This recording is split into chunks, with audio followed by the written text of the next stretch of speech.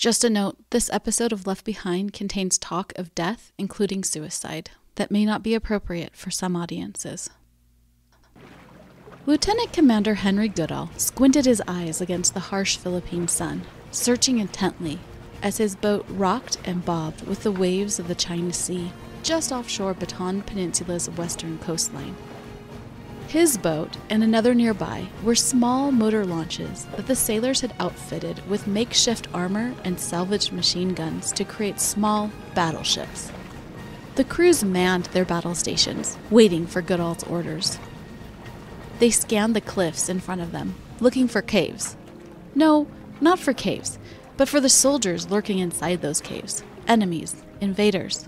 The remnants of a Japanese infantry landing unit that was intent on sneaking behind the American lines on Bataan. But American and Filipino forces had been prepared for the invaders, both on land and by sea.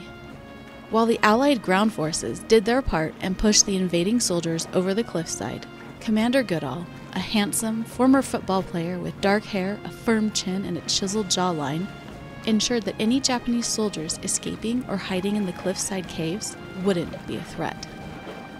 The day's hunting, as the sailors called it, had been good. 33 hits, and it seemed that the cliffside caves were cleared of all would-be invaders. They'd been out their work since 8 a.m., and the hot sun beat down mercilessly on the two small metal motor launches. It was time to head back to base. But just then, 4 Japanese dive bombers emerged from the sun's blinding light, raining bullets on the two vessels. A gunner's mate, still at his machine gun, emptied a barrage of bullets at an attacking plane. He brought it down, at the cost of his own life, dying while still sitting at his gunner position. Bombs dropped around Goodall's boat, crashing into the water, detonating and blowing holes in the bottom. Shrapnel and other debris hit Goodall on his feet, severely wounding him. "Beach! Beach!" he ordered the crews of his little makeshift navy. The crews piloted the small crafts to the Bataan beach as quickly as they could, fighting against the continued onslaught of the Japanese planes and the unforgiving coastal tide. They landed, grabbed their fallen comrades, and sought cover. "Status report," Goodall called to his men, once the threat of strafing had passed.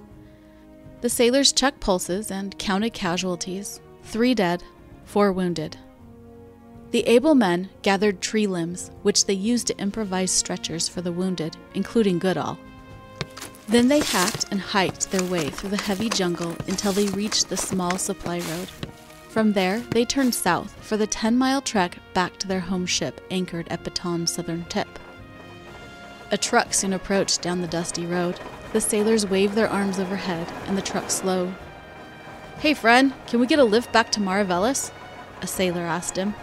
"Jump in," the driver answered, jerking his head toward the truck's rear. The Navy men loaded their improvised stretchers into the back of the truck and jumped in as the truck began rumbling down the winding dirt road back to the USS Canopus. The day's events had incapacitated the 2 makeshift battleships, marking the end of Lieutenant Commander Goodall's small Navy brainchild. And now Goodall himself was wounded and out of commission. But that small navy had been instrumental in protecting Bataan and preventing the peninsula's early fall to Japanese soldiers. And it was just one of the audacious and creative strategies that would earn Lieutenant Commander Henry Goodall not 1, but 2 of the U.S. military's highest awards for valor. This is Left Behind.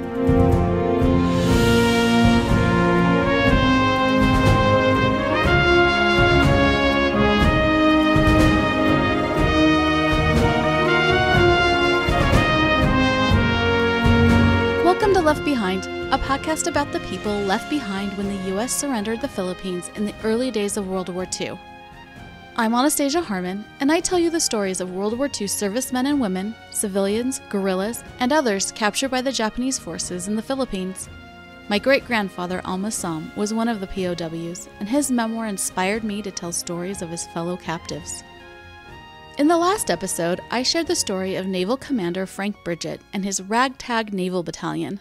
This episode picks up where that one ended, with Bridget's second-in-command, Lieutenant Commander Goodall, who took military creativity to new heights. Or perhaps he made military creativity a thing, because is military creativity a thing? I'm not sure. However, Lieutenant Commander Goodall's creative and downright audacious ideas may have bought General MacArthur and the American forces in the Philippines time that they wouldn't otherwise have had. Let's jump in. Henry William Goodall was born September 2, 1900 in Kansas. Henry was the youngest, by 9 years, of the 5 children born to William and Christina Goodall. One of those children had died before Henry was born. Henry's father, William, who worked as a carpet weaver, was from Virginia, and his mother was a first-generation German-American. Now, here's something I thought was interesting. Some historic records say that Father William was born in Virginia, and some say West Virginia. William was born in May 1862. West Virginia didn't become a state until a year later in June 1863, when it separated from the Confederate state of Virginia and formed itself as a Union state. So, although I haven't found exactly where Father William was born, I do wonder if he was from the area of Virginia that became West Virginia. Well, regardless, Father William and Mother Christina were in Salina, Kansas by January 1886 when they married. And their signed marriage record specifically states that they, quote, are not nearer of kin than second cousins, close quote. So, genetically speaking, that's a good thing to know about your parents. I always say it's better for your family lines to look like a tree rather than a wreath. William and Christina probably came west during the influx of settlers to the Salina, Kansas area, as it became a hub for agriculture and industry after the train was built. Father William died when Henry Goodall was 7 years old, and all the older children worked to support the family. In 1910, his mother sewed for private families. A 20-year-old brother was a laborer doing odd jobs, and an 18-year-old sister worked as a stenographer in a sales office. Henry grew up to be a handsome young man with a tall, slender build, gray eyes, and dark hair. He attended Washington High School in Salina, where he became a star football player. During his senior year in 1918, he was a 160-pound quarterback and tackle. You can see that senior year football picture on my website. The link is in the show description. The school's yearbook stated, Raz was largely responsible for successful end runs of the season by his interference. Skinned elbows or hard knocks did not daunt him. He can always be relied upon to do his best in the backfield. Raz was apparently his nickname. I'm not sure where that came from. I know in his military years he was sometimes known as Hap. 10 days after his 18th birthday, on September 2, 1918, so while he was still the high school football star, Henry registered for the U.S. draft.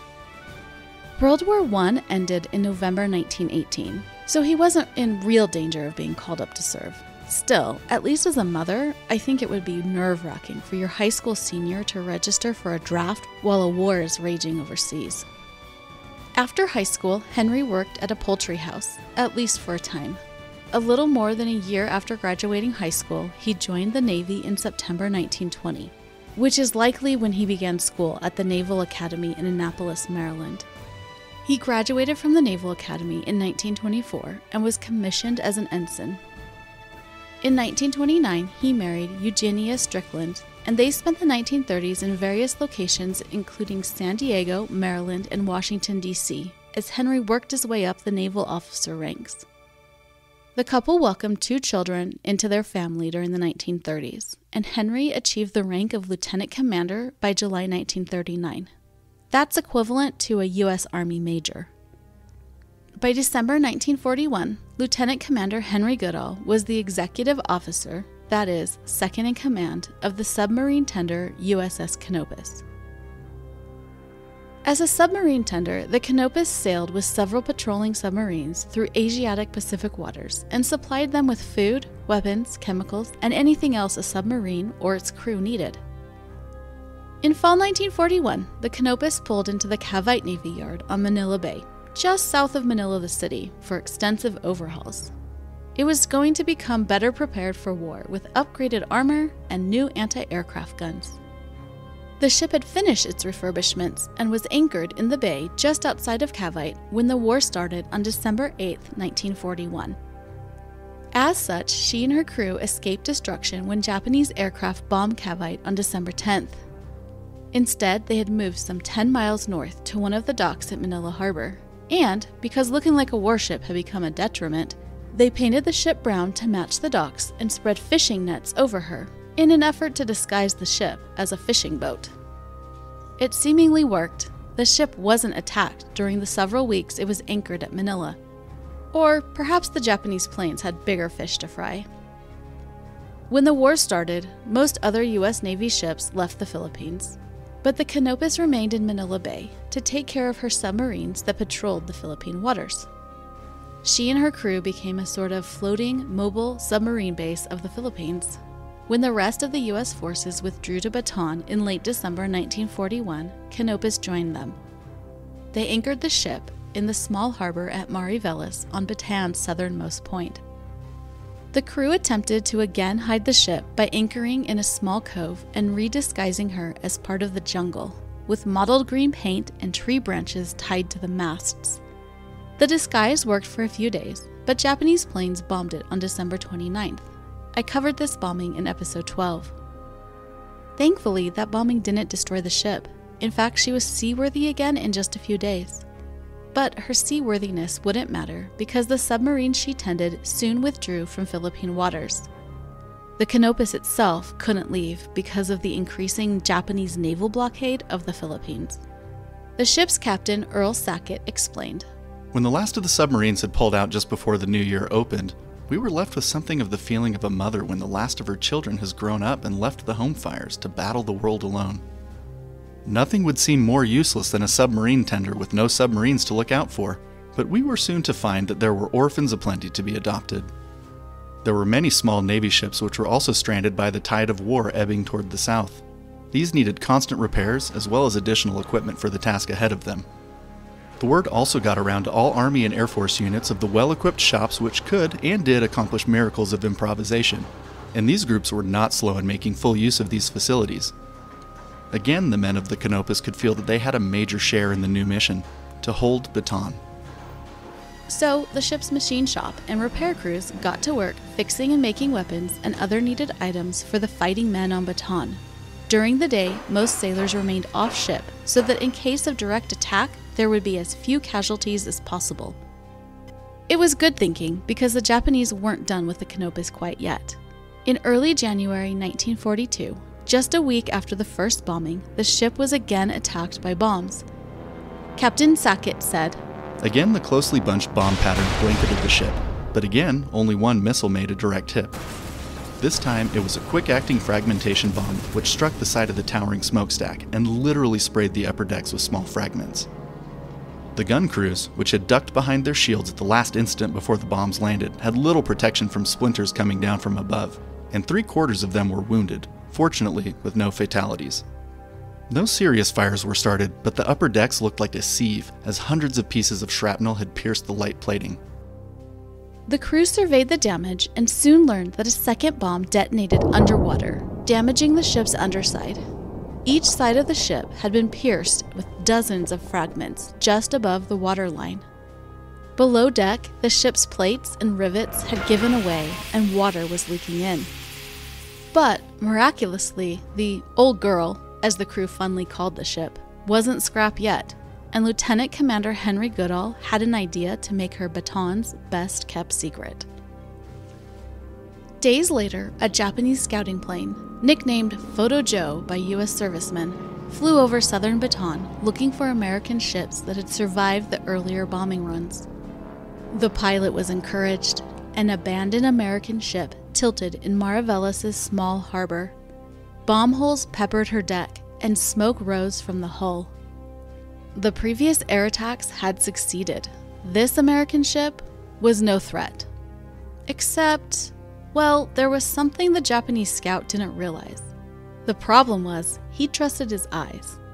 And really, who could blame him? That was his job, right? Scouting, looking, seeing. But that's where things go wrong, isn't it? Because, looks can be deceiving. In fact, the decrepit-looking USS Canopus was a hoax.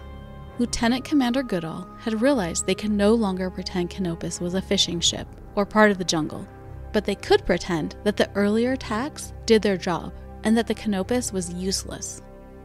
So, under Goodall's direction, the crew used the bombing mess to make the Canopus look as abandoned as possible.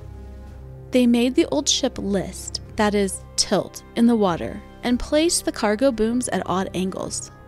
They hid oily rags in smudge pots near the blackened bomb holes so the smoke rose out of the ship for several days. During the day, Japanese scouts saw a destroyed, abandoned ship. But during the night, well, Captain Sackett explained it best. Every night, the abandoned hulk hummed with activity, forging new weapons for the beleaguered forces of Bataan. Evidently, the Japs were completely deceived because only one half-hearted attempt was made a week later by dive bombers to finish off the faithful ship, and that was driven away without damage by our anti-aircraft guns. These had been taken off the ship and mounted on the hills nearby so as to not draw further retaliation to the vessel.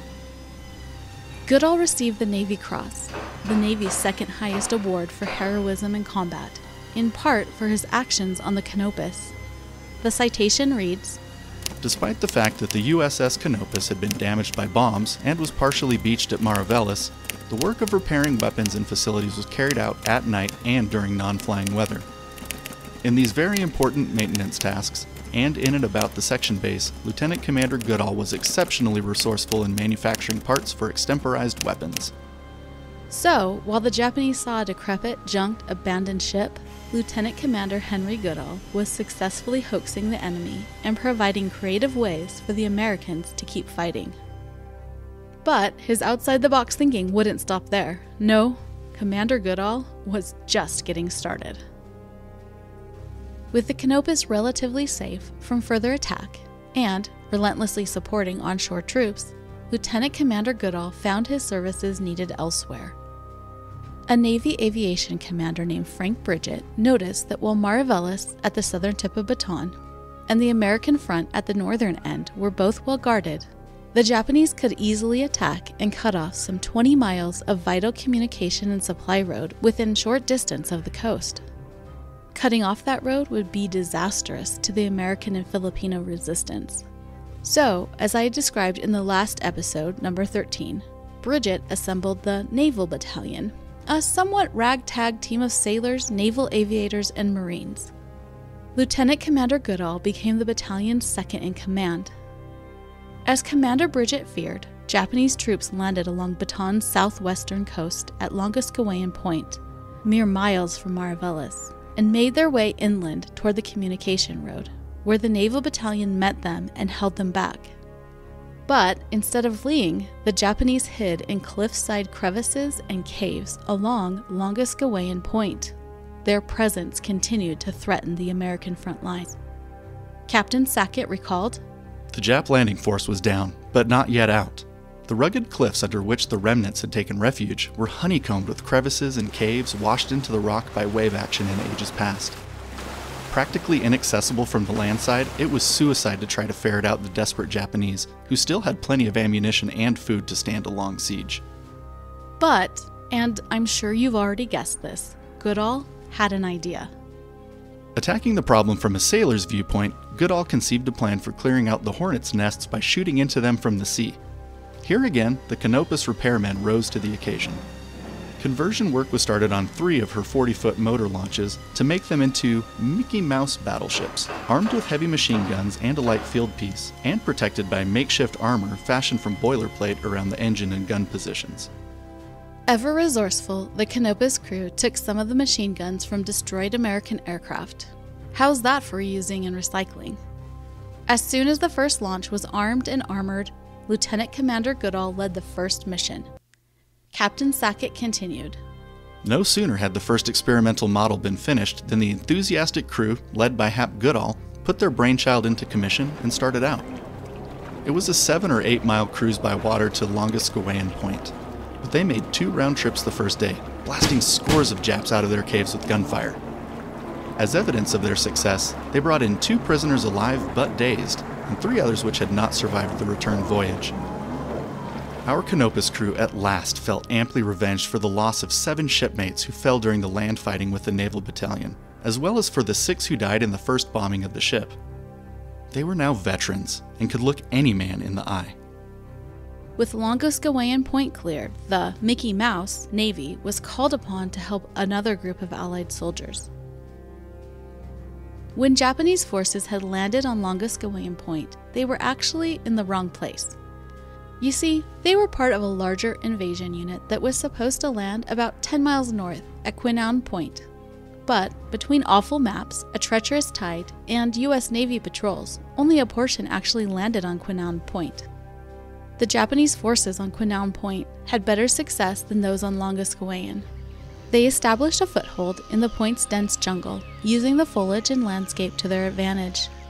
A battalion of Philippine Scouts, a U.S. Army unit made up almost entirely of highly trained elite Filipino soldiers, engaged the Japanese, but the heavy growth made moving and fighting difficult and dangerous. A Philippine Scout commander explained, "The enemy never made any movements or signs of attacking our force, but just lay in wait for us to make a move. And when we did, casualties occurred, and we still could not see even one enemy." After a week of fighting, the Scouts and the Japanese invaders were at stalemate. When the Scouts were able to push the Japanese back to the coast, the Scouts incurred heavy casualties. On January 29th, a full week after the Japanese first landed at Quinaon, 2 additional companies of Philippine Scouts joined the fight. They helped continue to push the Japanese forces back to the sea, but still at the price of heavy casualties. Some estimates say as high as 50%. Now keep in mind that the term casualty refers to wounded men as well as those killed in action. Still, 50% is horribly high. One serviceman observed, "The Scouts had occupied 50 yards more of the high jungle above the bay, at terrible cost to themselves. Their casualties had run about 50%. The sight and stench of death were everywhere. The jungle, droning with insects, was almost unbearably hot." By January 30th, after more than a week of fighting, the Philippine Scout commander explained that those Scouts still able to fight were dead tired from loss of sleep and exposure. Finally, on January 31st, the U.S. Army was able to send tanks to help clear the point. The infantry and tankers pushed the Japanese back to the tip of Quinaon Point, to an area about the size of a football field. The Allied line on one side of the Japanese, a cliff edge on the other. I'm going to pause here. The Japanese were finding that defeating American and Filipino forces on Bataan was harder than expected. The first several weeks of the war and the initial ground invasion of the Philippines had been easy conquests for Japanese forces. But once withdrawn to Bataan, the American and Filipino forces were putting up a determined fight. An NBC News report in January 1942 had this to say about Filipino forces. "The Battle of the Philippines continues unabated. There are no new announcements from the War Department this morning, but even the Japanese foresee a long struggle before they subjugate the island of Luzon, the stronghold of the Philippines. Tokyo newspapers are warning the Japanese public today that guerrilla warfare probably will continue for some time. That's one way to explain the Japanese need for large troop concentrations in the Philippines after the Japanese claim a victory. For those troops will be needed. Not only is there a possibility that General MacArthur can hold out for a long time, but also the Filipinos themselves are not easy to whip. That's all for now." The Filipino resistance seems to have surprised the Japanese. So back on Quinaon Point, where the Philippine Scouts and the tanks had backed Japanese forces to the tip, something strange happened. Witnesses later reported that the Japanese soldiers screamed, yelled, ripped off their uniforms, and leapt off the cliff. In a 2020 article for the National World War II Museum, Pacific War expert Richard B. Frank said, "Japanese servicemen regarded surrender as unthinkable. Virtually every Japanese unit fought near to annihilation, a record unparalleled in modern history. Voluntary surrenders were rare. More often, prisoners were only those Japanese left by wounds or debilitation too helpless to take their own life." Virtually every Japanese unit fought to near annihilation. Think about that for a moment. The depth of the indoctrination in Japanese servicemen, of Japanese military rhetoric and honor, is hard for me to understand as a 21st century American. It was hard for mid-20th century Americans to understand. Furthermore, as author Richard Frank wrote, Japanese troops and civilians were told that Americans would inflict unlimited atrocities on captured servicemen and civilians, and then exterminate them. I've seen a similar sentiment recorded in several sources as I've researched for this podcast. I believe it added to the no surrender at any cost mentality of Japanese troops. Later in the war, Americans saw the same behavior in civilians when the U.S. invaded Saipan, a Japanese island colony in the Pacific. Author Richard Frank went on to explain, several thousand Japanese civilians took their own lives rather than be captured by U.S. forces. Wrenching newsreels widely seen by Americans showed scenes of Japanese families committing suicide together, including death leaps from cliffs. So the Japanese troops leaping off Quinine Point seems to go along with this theme. Other Japanese soldiers climbed down the cliff to rock ledges and caves, where they already had prepared positions. Still other Japanese soldiers were down on the beach, so apparently below the cliff. American and Filipino forces on the cliff continued to shoot at the enemy forces. One observer later said, I'll never forget the little Filipino who had set up an air-cooled machine gun at the brink of the cliff and was peppering the crowded beach far below. At each burst, he shrieked with laughter, beat his helmet against the ground, lay back to whoop with glee, and sat up to get in another burst. Quinine Point was cleared, but there were Japanese holdouts in the cliffside caves that continued to pose a threat. Also, the Japanese, although outnumbered and unable to advance or retreat, refused to surrender. Surrender, as discussed earlier, being dishonorable and unthinkable to the soldiers. At first, the scouts tried various methods to rout out the Japanese holdouts, like lowering boxes of dynamite with lit fuses over the sides of the cliffs. After those methods didn't work and ended up with heavy casualties, the U.S. Army finally called Lieutenant Commander Goodall's Little Navy back into service. The two Mickey Mouse battleships, augmented by two small whaleboats carrying airmen from the Naval Battalion, arrived around 8 a.m. on February 8th.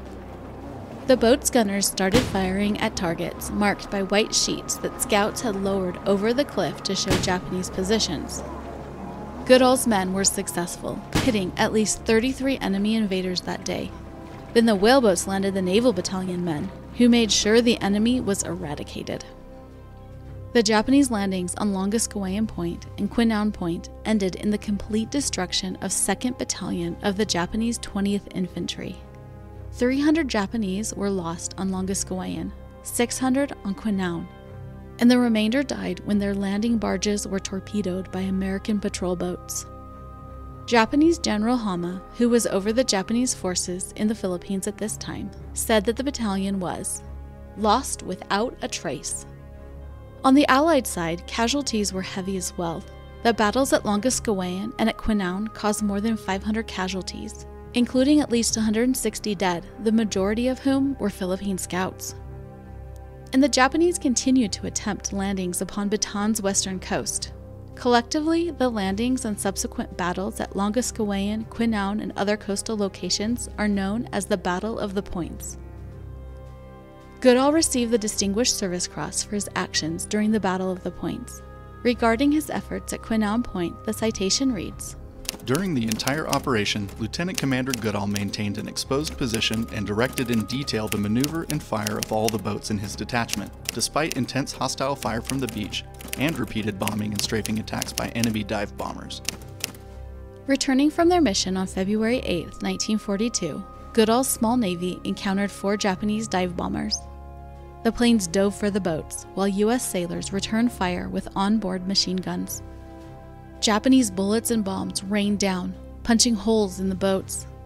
Goodall, his feet seriously wounded, ordered the American boats to shore and, according to the Distinguished Service Cross citation, calmly directed the care of other injured men. The survivors fashioned stretchers and carried their brothers in arms through the Bataan jungle to the communication road. There they found an American truck driver who gave them a ride back to Mariveles, the Canopus, and relative safety. The wounded Goodall ended up on Corregidor, the island fortress off the coast of Bataan, where American and Filipino forces held out for another month after Bataan fell in April 1942. He became a prisoner of war on May 6, 1942, when the Japanese invaded Corregidor after months of siege and sustained bombing. so started Goodall's 33 months as a POW. During that time, he joined thousands of other American and Filipino POWs in a forced march through Manila en route to Cabanatuan POW camp, about 70 miles or 112 kilometers north of the city. This was a different march than the infamous Bataan Death March, and we'll get into both of those marches in future episodes. Goodall likely spent the majority of his time at the Cabanatuan POW camps, although I found few records of his POW movements.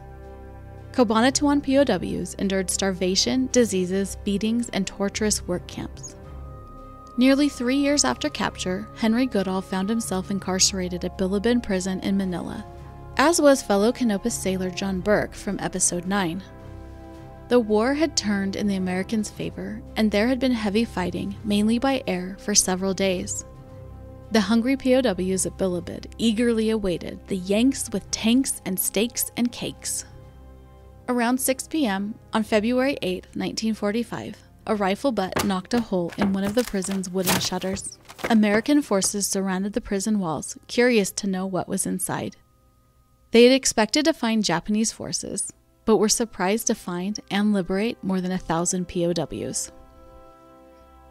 Henry Goodall remained in the Navy after liberation.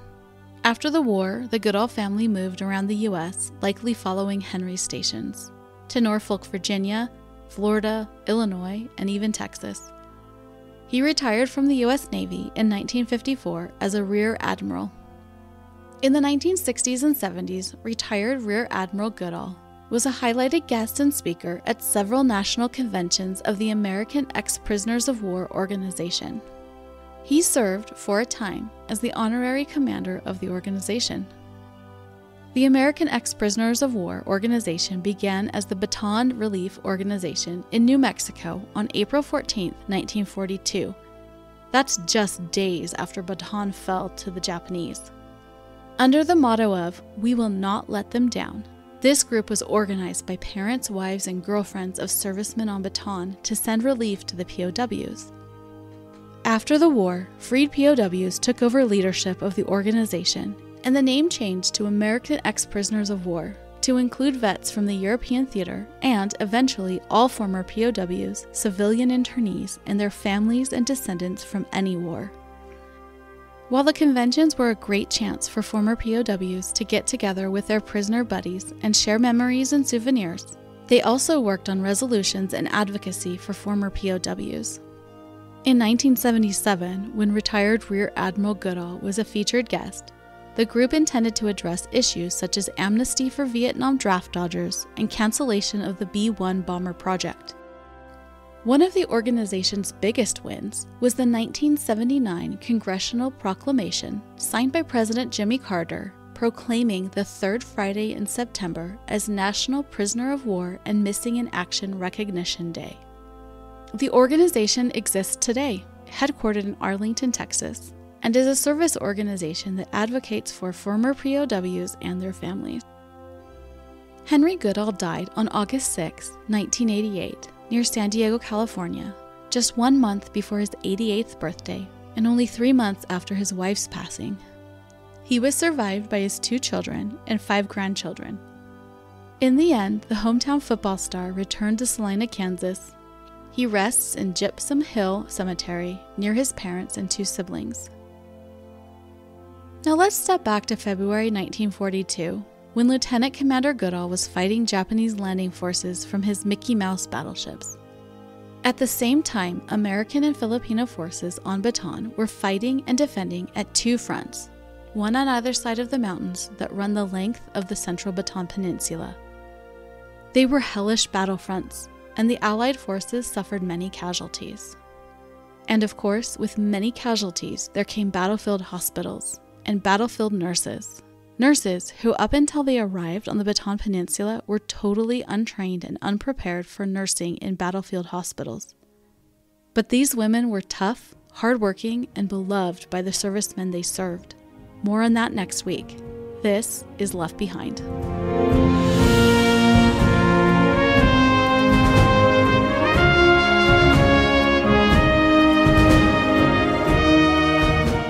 Thanks for listening. You can find pictures, maps, and sources about Henry Goodall's story on my website. The link is in the show description. If you enjoy this podcast, please consider leaving a review wherever you listen to podcasts. Spreading the word about this podcast lets me continue sharing these amazing stories.